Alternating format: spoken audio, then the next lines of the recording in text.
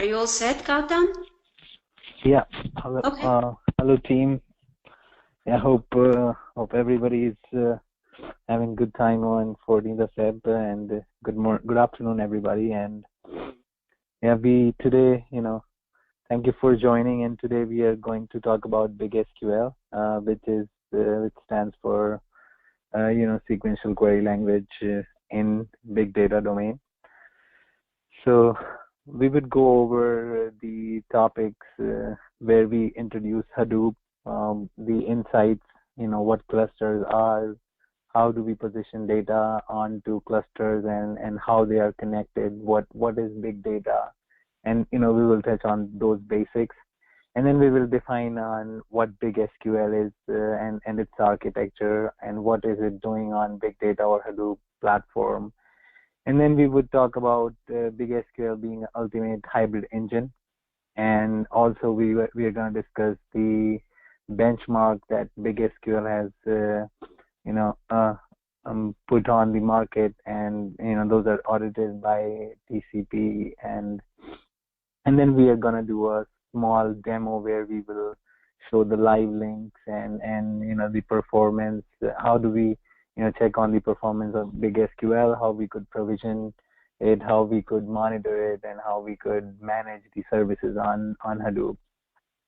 So starting with the introduction to Hadoop. Hadoop is basically a framework. It's a framework in big data open source technology. Hadoop is often regarded as one particular technology. It's not. It's a framework. It's basically a solution to a lot of problems, a lot of problem statements. So Hadoop is a framework, number one, and in big data and open source technology, it is termed and positioned as something where clusters integrate. So when I say clusters integrate, that means there are clusters where data is there, and how it lies on those clusters, and how these clusters are formed. We are going to talk about that, and the integration among each other, and then how it integrates to provide a common data repository. So that data repository is often termed as data lake too. So then we are going to talk about a cluster, how it is made of master and then slave nodes, and there's a link to one of the papers that I published at ASE and like for further readings, but we are going to discuss it now. So as you might see in the figure, there are two blocks, and each block is considered as cluster. And the first block is cluster 1, another block is cluster n. So the dotted line on the top represents that there are n clusters that integrate with each other. How do they integrate? Is using network. So that network could be internet, and then it could be tunnel mode, it could be P2P Ethernet, it could be VPLs, it could be fiber network, it could be dark fiber or cloud. So and there are a number of ways that you can connect and let these clusters communicate to each other, and the way that we use it is using network. And then on each cluster there are different locations. That these locations are physical locations. It could be anywhere inside a region, a particular country, territory, or in the world. Like so these are these racks. There are racks that are sitting on a particular location physically, and these racks, they comprises of a cluster. Now how we want to define a cluster is like basically when a lot of people might be hearing that this company has its data center in Silicon Valley, this company has its data center in Louisiana. So when they say that, that means that one particular location they have put on their network racks, and on those network racks there are like stacks. That stacks hold disks. And with big data technology, whenever you are storing, I'll go on to the basics. Let's say you have some pictures and you want to store some pictures on your computer, you basically need a hard disk. So when you need a hard disk, you are basically, and sometimes you run out of space. So what happens is you connect another hard disk to it. So this mechanism of connecting another hard disk is called JBOD, just bunch of disks. So you kind of adding disks in order to expand your hard disk. So these bunch of disks, they add up to stacks, and these stacks all together, they make up a rack. And these n number of racks in a particular location, they comprises of a cluster. And then they communicate using a network topology, which in Hadoop world we term as Hadoop distributed file system.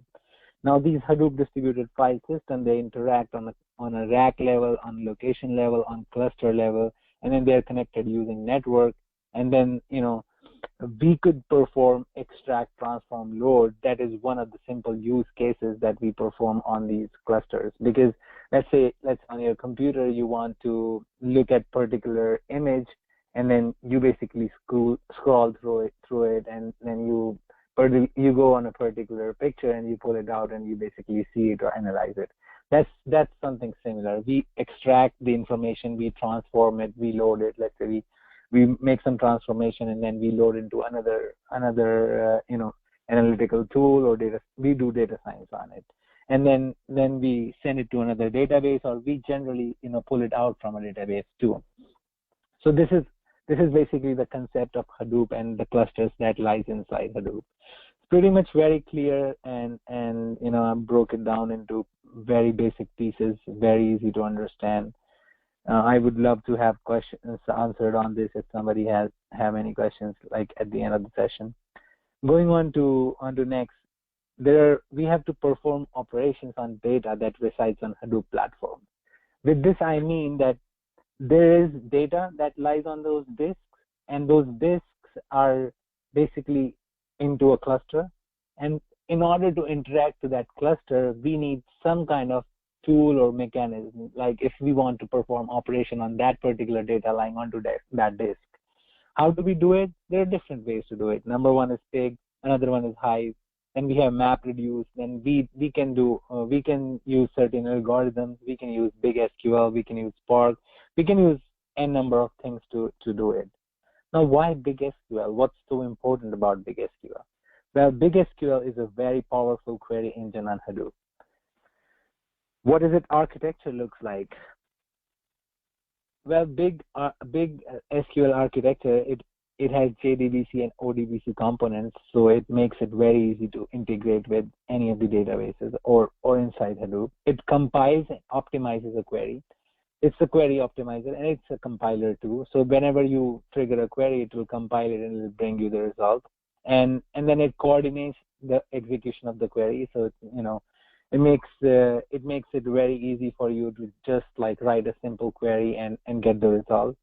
And then and what is the major thing about Big SQL is all the worker processes, they reside on the compute nodes. So there are management nodes and compute nodes.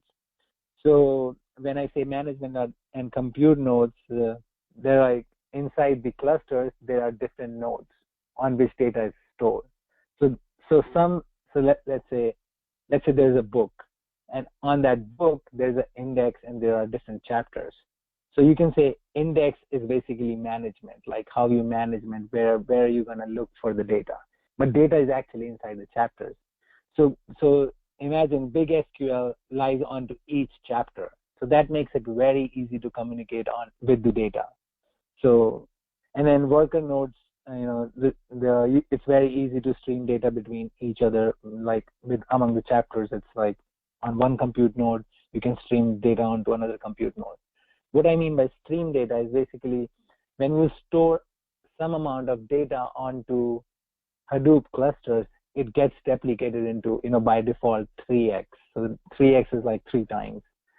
So whenever you have data onto one compute node, you can imagine it having onto 2 different compute nodes too. So the interaction and streaming of data is very, it's very much needed. It's very easy, and it's something that is built on to handle fault tolerance of the system. Now going forward, Big SQL and Spark. Big SQL and Spark. What is Spark? Spark is a fast and general engine for large scale data processing. It's very heavy on analytics side. A lot of companies investing big time on Spark just for gaining analytics out of using Spark out of the data. Now, why do we need Spark? because it's 100 times faster than Hadoop MapReduce in memory. And when we talk about disk, it's like 10 times faster, and that is proven like by Spark. And it supports different languages like Java, Scala, Python, and R. And then it combines all the, SQL, streaming, and complex analytics. It has different portions, machine learning, and, could give you graph views. It helps in streaming, and, it supports SQL too. And as we all know, Spark, you could run it on Hadoop, or you can run it standalone or onto cloud. So it offers you a wide variety of components. And how is Big SQL related to Spark? Like, where does Big SQL comes in picture when we talk about Spark? So Big SQL is the first and only engine that integrates with Spark. So this is big add-on why Big SQL, is considered to be one of the best technologies in Hadoop world. Also we could see that there are traditional developers who've been working in the IT industry from very long time, and they don't understand what MapReduce is. They don't want to write Python or Java code. They don't want to go write Spark algorithms. They don't want to learn Pig and Hive, because it's basically they're learning a new technology, and it's another learning curve for them. Big SQL is something that leverages most recently, like 2011 SQL. It's compliant to 2011 SQL. And what does that mean? That means that whatever query you're writing using SQL, you can simply write using Big SQL. And let's say you write select star from XYZ table, and it's going to result you like the same as you would be getting the results from writing a simple SQL query onto a data set. So let's say you have Hadoop architecture on your premises, and you want to trigger a query onto Hadoop using SQL. You could think of Big SQL as same as SQL engine, and you would trigger the query, and the backend would take care of all the processing, and you'll get the same result. So it becomes very easy for all the traditional developers to use Big SQL. And then when it integrates with Spark, so all the new data scientists, those are like into Spark world, and Spark is being a very unique kind of analytical engine that supports machine learning and several other components.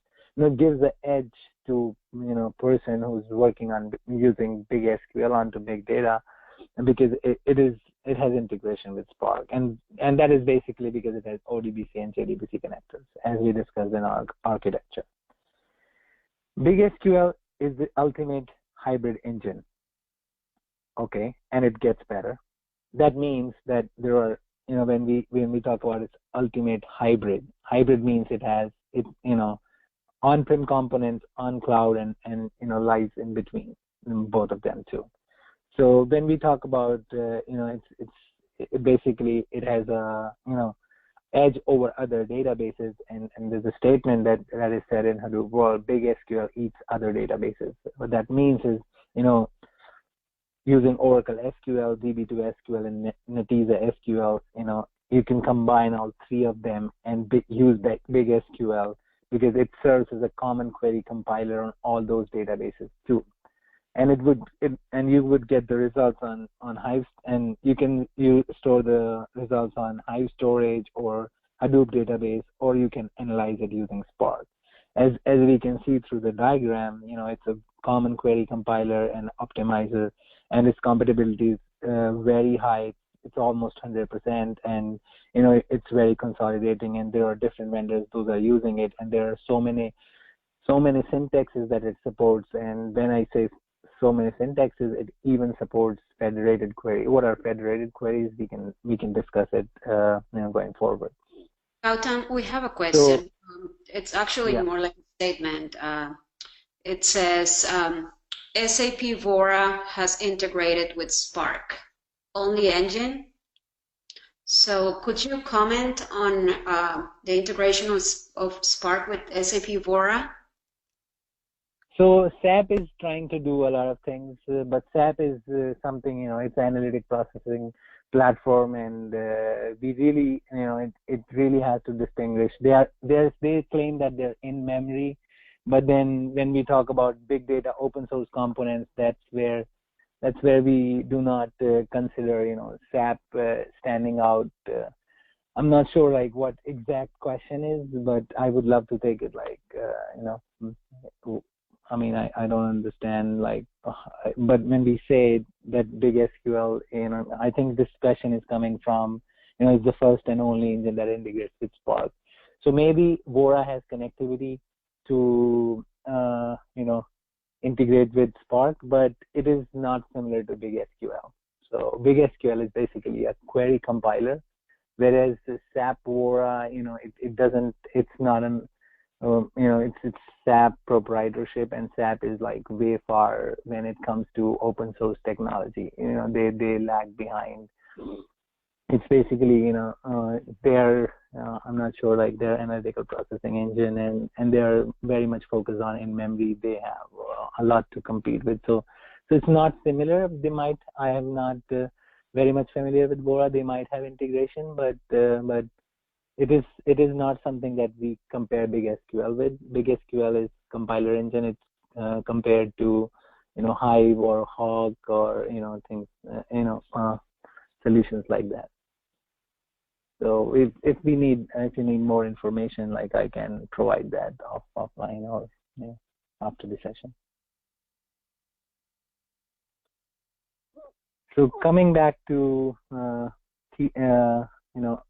DS and Big SQL being one of the first only to produce audited benchmark. It's and they have been compared Big SQL with Impala and Hive on different platforms like single user run and multi-user run, and then on 10 terabyte of single user load and on 10 terabyte of multi-user load.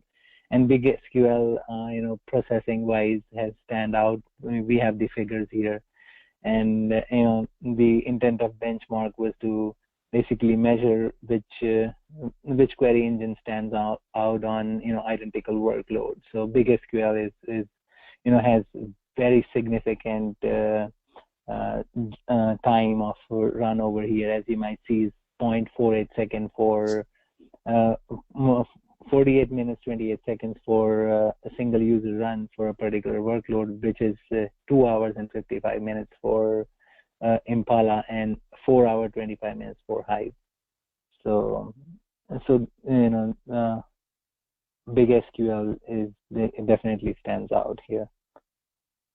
And then there are the letter of attestation and emphasizing performance when compared to Cloudera, Impala, and Hortonworks Hive.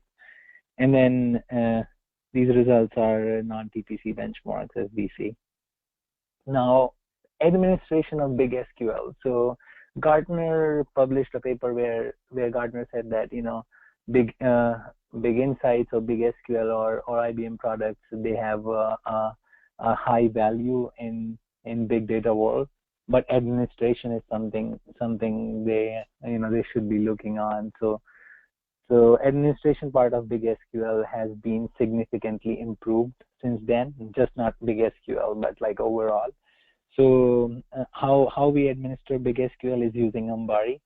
So Ambari is a platform where we provision, manage, and monitor data.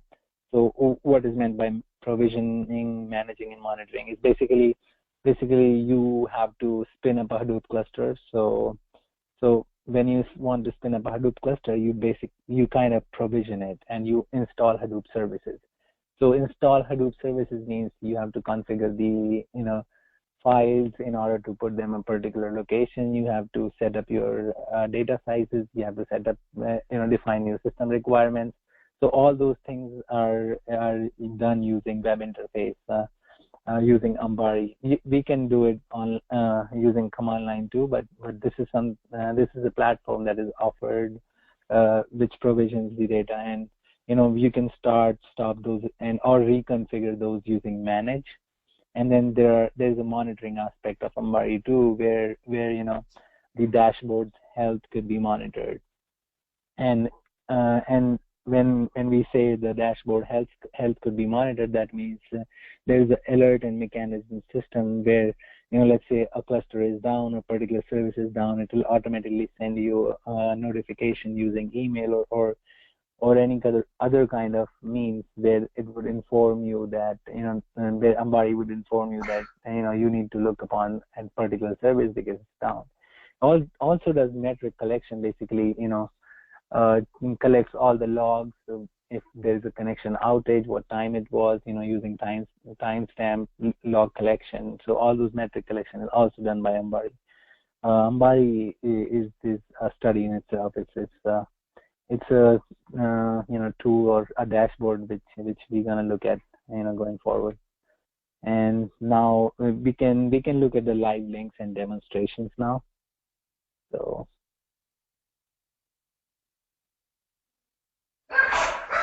this is how Ambari looks like.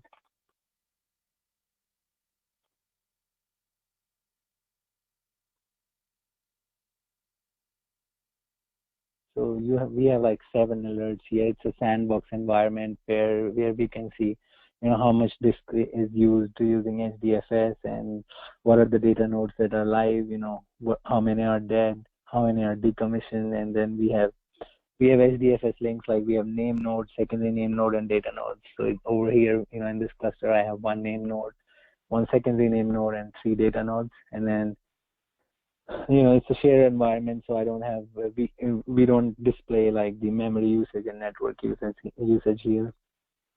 They're not accessible. But then we have name node heap percentage and then uptime, downtime, and all the components that how much uptime for resource manager, what is the heap of resource manager, and how many node managers are live. There are 3 active, 1 is lost, and under 0 and unheavy and rebooted. So these are the then this is Flume, that is there are 3 nodes that are live. So, and then we have yarn links over here that displays, and then we have all the components listed on Ambari: HDFS, MapReduce, Yarn, Hive, Hadoop database, Big, Sqoop. Sqoop is SQL plus Hadoop, and Oozie. It's an orchestration framework, and Zookeeper, it's a resource manager, and then Flume. And then we have Big R, Big Insights, Big Sheets. Big Sheets is a component, which lies onto Big SQL Analytics platform too. So Big Sheets is something. Let's say if we run a query onto Big Insights, and then we have data sets available on it, the results would be shown into Big Insights. So Big Sheets. So that's something how it looks like. So it's basically, you would have country on one column, and you can crawl like what time it is. Timestamp would be on another one, and then what is the info that is feeded onto it. It could be hashtags. These hashtags could be driven from social media, and then we can put analytics onto it, and then what time it was inserted, and what is the time they were explored or crawled, and is the person looking for as an adult. So those kind of breakdowns we have onto Big Insights. It's basically one of its own kind of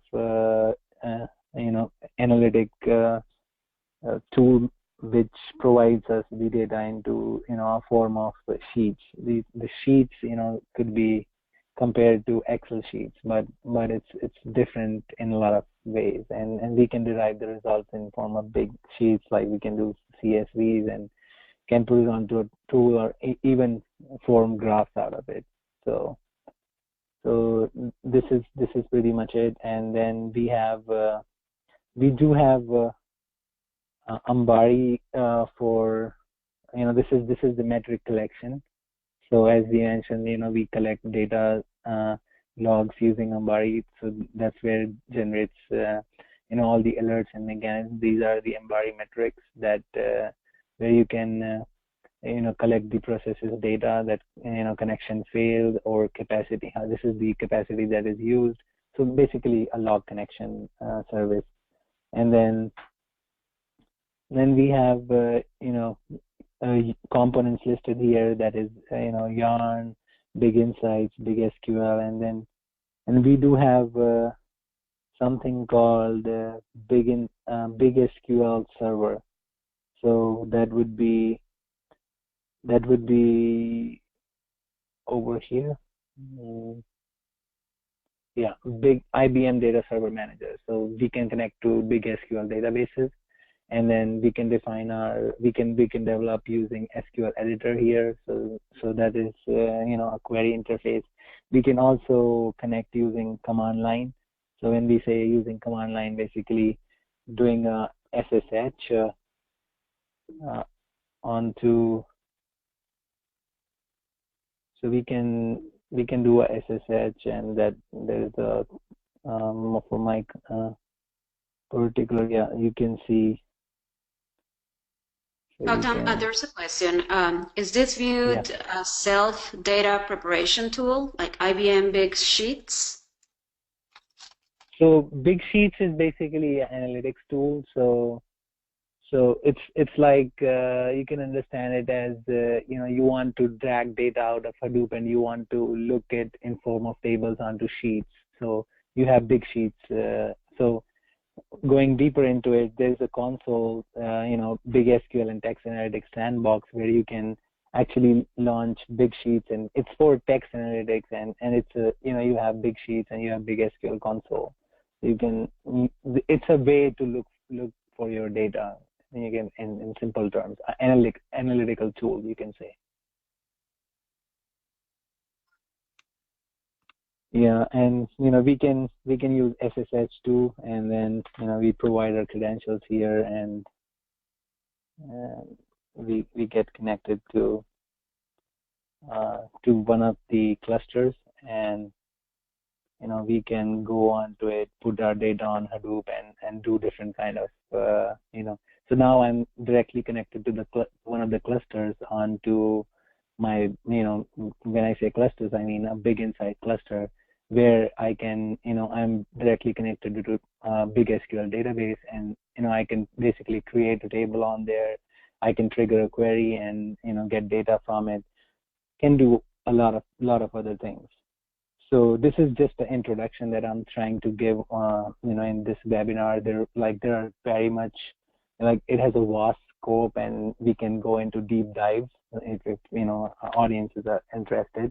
We can do another webinar where we can discuss the federated query. What is so unique about Big SQL that it is something that is liked by a lot of companies is it has a learning component associated to Big SQL. When I say learning component, it's basically, let's say you trigger a query using SQL. You say select employee ID from employee table, and join it to select employee number from employee table. I mean employee name from employee table. So you basically get your optimizer would basically go to that particular table and select all the employee ID from first table, and then it would join it to another table, and then it would scroll down onto another table, collect all the employee name, and then provide you a view of both the tables. Now, given that you need this view, which you have attained in the result, you need this view to be associated to a table called sales. So, and then you have sales ID onto a table called sales. So now you have an inner join to that sales table, and you want this result to be joined to that sales table result. What normal SQL query compiler would do is it would first go into employee table for employee ID, then go to employee table for employee names, and then go to sales table for sales name, and then give you a logical view. What Big SQL does is it will have the first data stored, and then it would call that particular view, and it's a learning component of Big SQL, and then include it to sales data, so the time is very less. The time taken in processing is very less, so your speed is recovered, and I mean speed is very fast. So these are like just one or two examples where I can explain how Big SQL stands out in the market, but there are so many differentiators that Big SQL has, and those are kind of very interesting to know about. Then then going to this is an analytics demo cloud where anybody could sign up, and they can leverage the Big SQL and Text Analytics Sandbox platform in order to spin up their own cluster and have a shared space on the cluster, and then perform their own queries and develop or monitor their own databases. That's where you can set up databases. Everything is available. Like, the way you could learn it is basically, if you go to, is something called Big Data University. So if you go to bigdatauniversity.com, so I have the links onto the resources here, where we have bigdatauniversity.com. You could just go there, and it's very normal sign up you could do. And then there are certain courses that are available, not only specific to Big SQL, but also you can leverage Big Insights information from there, and several other open source components. So it's a very good platform to be utilized in order to basically learn what Hadoop and big data technology is, and how we can analyze data or big data using different tools, like such as Python, R, or Spark. And this is so it basically offers you all the courses, and this is all free.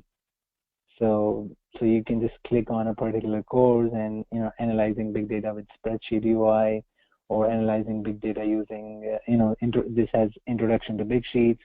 You can identify a business and technical challenge dealing with big data, and define your workbook. So these are some certain things that it's like when working with spreadsheet, you have received the error message that data set is too large to handle. So things you could do, you could just get yourself enrolled in here, and then when the course is available, you can just opt for it. And just a 3 hours course, but you get to know everything about the components.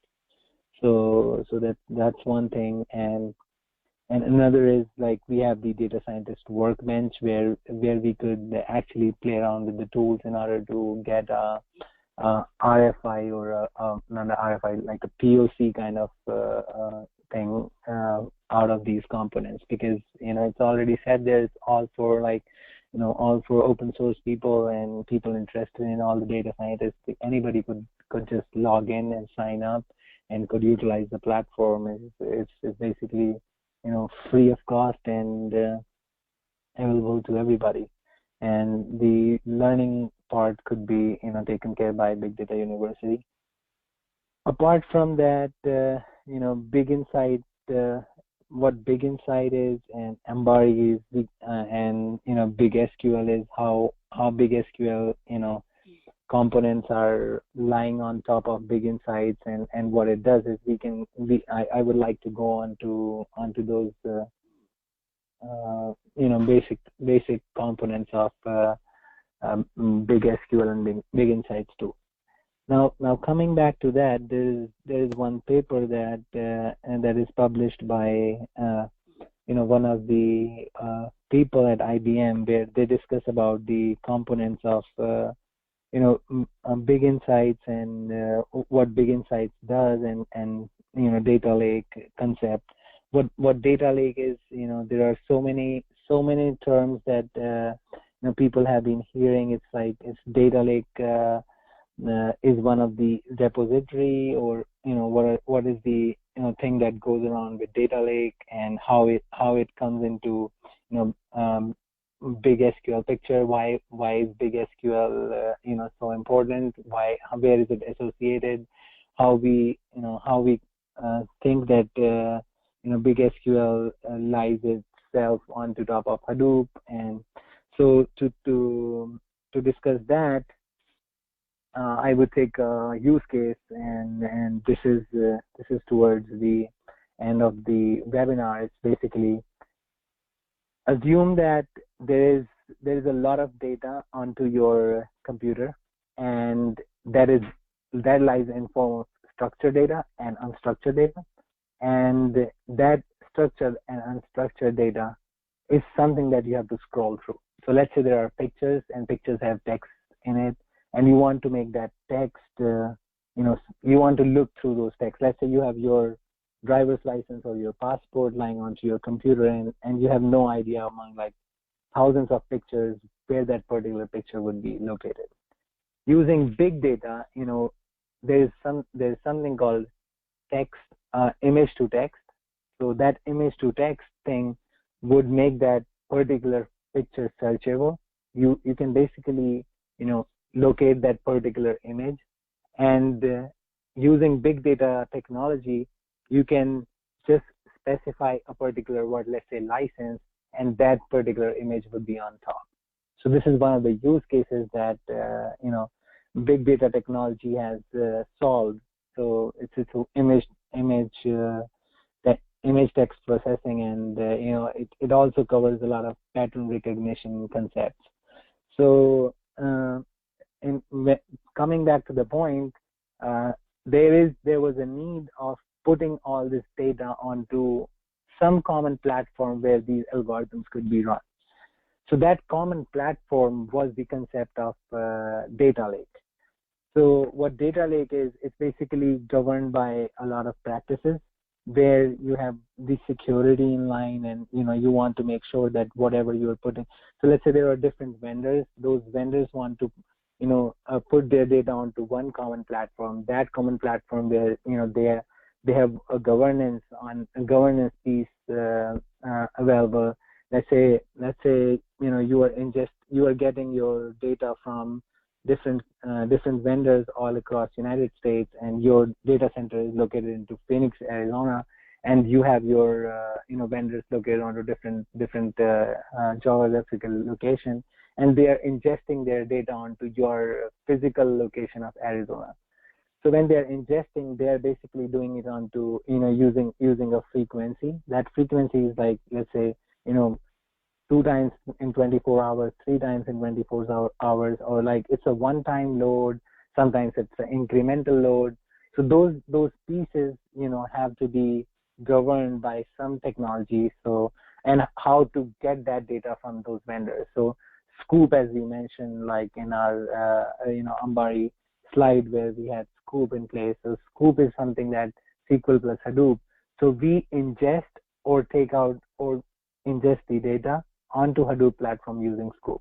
So we basically perform a SQL operation saying that, let's fetch all the data from this particular time to this particular time where the load is incremental. When I say incremental, let's say, where the we could define a limit, or we can say where timestamp is greater than a particular time, let's say tomorrow, let's say yesterday or day before yesterday.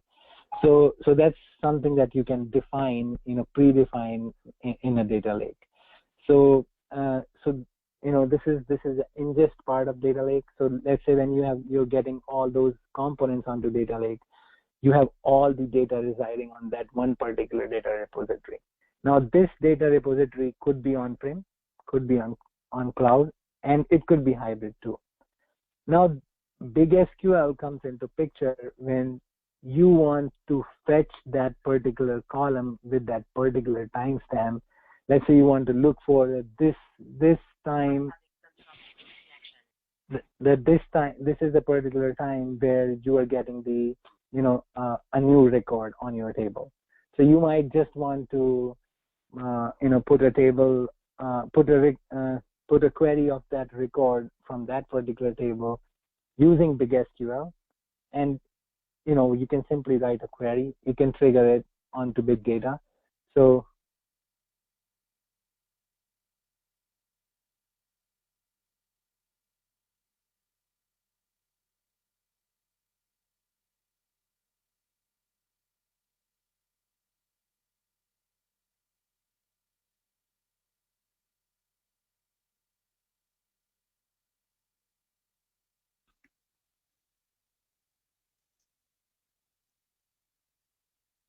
Gautam, I think there's some audio problems.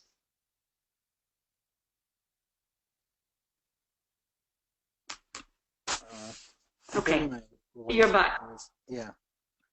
So yeah, I'm back. Hello? Yes, can you go back like a couple minutes, because I think you were speaking, but we were not listening. We were not hearing anything. Oh, okay. So yeah, I mean, I was explaining the, the need of big SQL, why we need to, let's say why we need to trigger a query onto data lake, and what results it brings back to us. So when let's say onto that particular data lake view, where we are loading that, all the data from different vendors onto platform, onto a platform, let's say data lake. So onto a platform, let's say data lake, we can trigger a query, and that query would result into a particular result set, and that result set could be, in form of any kind of file format. So those file formats could be, Parquet file format, and could be CSVs, and that, or it could be normal data that you want to fetch onto a text analytic tool, or big insights, or from big insights to a big sheet kind of component, or just onto a SQL query compiler. You could use command line interface, you could use a SQL editor, and you have different options in order to do that. And when we talk about compiler, big SQL compiler can send that data to Spark as well. So Spark can integrate to that particular result set, and perform and put graphs. We can make graphs from that, and we can do machine learning component on top of it using Spark. And if I guess it right, probably someone mentioned about Vora, a SAP's component. It is basically, if it integrates with Spark, if it integrate with Hadoop or Spark, so that's basically, not sure, I'm not very much familiar with the SAP's initiative, but this is a compiler. It's very different from an analytical tool, whereas Big Insight is one of the analytical tool. So combining all the pieces, there is so much of information out there, from big data or open source perspective. There are 100 different type of tools. Our main focus and our main goal was to put forward Big SQL and its architecture, why it's so important, and what are the things that it's doing on to Hadoop space. So as a takeaway, I could summarize all of it as, Big SQL has JDBC, ODBC connections. It is a compiler, and Hadoop, it lies on Hadoop. Hadoop is a framework that provides a list of solutions for a particular problem statement. It is not confined to a particular technology. You can basically bring on your own tools in order to analyze the data. Ingestion and extract and transform and load are different aspects of Hadoop. And the query execution could be done by using different components. Those different components come from different shops. Among all those different components, we have described, Pig, Hive, MapReduce, Big SQL, all these components. Big SQL is the one that stands out. It integrates with a lot of other databases too. It is a value-added services that is provided with big insights. We have carried out a lot of POCs, and we have done a lot of workbench. We have done a lot of research with a lot of tools that are available by different companies. In order to name them, one of them is Hortonworks, another one is Cloudera. So these are the companies we have seen their components, and we have evaluated and compared Big SQL with. So Big SQL literally stands out of all those components that are available in market right now. And now, towards the end, we understand what its architecture looks like, what are the things that Big SQL can do for us, where does it lies, what data it is fetching from, and where is that we are triggering a particular query, and what are the use cases that we can use Big SQL for. Now there is one more component to big SQL, that how it does, the technical part of it. We can take that as another webinar, or I can share that information with audiences if anybody is interested in particular. We can walk through the technical aspects too, and given that if somebody is interested. Meanwhile, I would finish up the session, and meanwhile I would leave it open for questions. So yeah, I mean, that would be the end of the things from my side. We have a few questions, Yeah. Gautam. So one is, what is the in-memory working functionality of Big SQL? So as we understand in memory, it is a concept where, let's say, I've worked on, while working with Impala, there were components when, you have a particular workload and you are actually writing a query and you get results like faster when you're using in memory. Whereas when you are using, you are triggering directly onto Hadoop, you basically, you triggering your query onto Hadoop, you basically get it in more time. So in-memory concept is you have all the data and you define a particular, it's basically a RAM. So you define a particular RAM memory for your component, let's say Impala, or in our case, like let's say Big SQL. So you define for Big SQL, you define a particular size, and then you say we are triggering in memory. We are triggering a query, and that data set lies on in memory. So on that particular data set lies on in memory component of Big SQL. When we talk about in memory for Big SQL, we do not go for a concept where you have to load a particular data set in memory. Data set resides on cluster. So that is one of the beauty of Big SQL. You don't have that component here. So all your data is cluster. You don't have to load it anywhere. We are triggering onto cluster. Okay, the next question is, how does Big SQL handle unstructured data, such as an image or other similar? So when it comes to unstructured data, there are different syntaxes. It's a very good question because there are there is a need of triggering unstructured data. That's why PLSQL, procedural language, or sequential query language was not sufficient, and that's where Big SQL came into picture, because there was a need of triggering to that unstructured data. When we talk about Big SQL, we have certain other defined syntaxes. Those are those we grew from SQL. So there are some additional syntaxes that Big SQL supports. Those are new for PL/SQL developers. And when it comes to triggering that unstructured data, all that unstructured data is basically lying onto Hadoop. We call it unstructured, but it is semi-structured because clusters, they have a topology. They are connected through a network. So, and the data lies inside that. So it's semi-structured data, and the query is the compiler could execute the query onto that semi-structured data. And there are some KPIs through which we could do that. So let's say we are looking for some JPG files. We can trigger a query with a timestamp, or the or any particular key associated to it.